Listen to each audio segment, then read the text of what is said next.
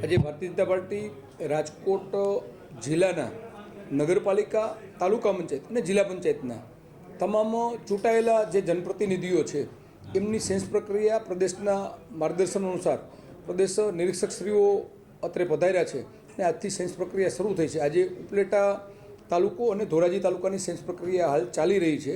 ત્યારબાદ જામકરુણા, જેતપુર, ગોંડલ અને અમારા તમામ મંડળો, નગરપાલિકા અને જિલ્લા પંચાયતના ચૂંટાયેલા પ્રતિનિધિઓની સેન્સ પ્રક્રિયા છે। ત્યારે સૌપ્રથમ તો હું ભારતીય જનતા પાર્ટી રાજકોટ જિલ્લા વતી સમગ્ર જિલ્લાની સાણી જનતાનો આભાર માનું છું કે એમને 36માંથી 34 જિલ્લા પંચાયત સીટો, 11 તાલુકા પંચાયત સીટમાં ઐતિહાસિક જીત આપી છે। સાથે સાથે ગોંડલ નગરપાલિકાની 44 સીટોમાં ભારતીય જનતા પાર્ટી રાજકોટ જિલ્લાને ભવ્ય જીત મળી છે અને તમામ 6 નગરપાલિકામાં ભારતીય જનતા પાર્ટીનું શાસન છે।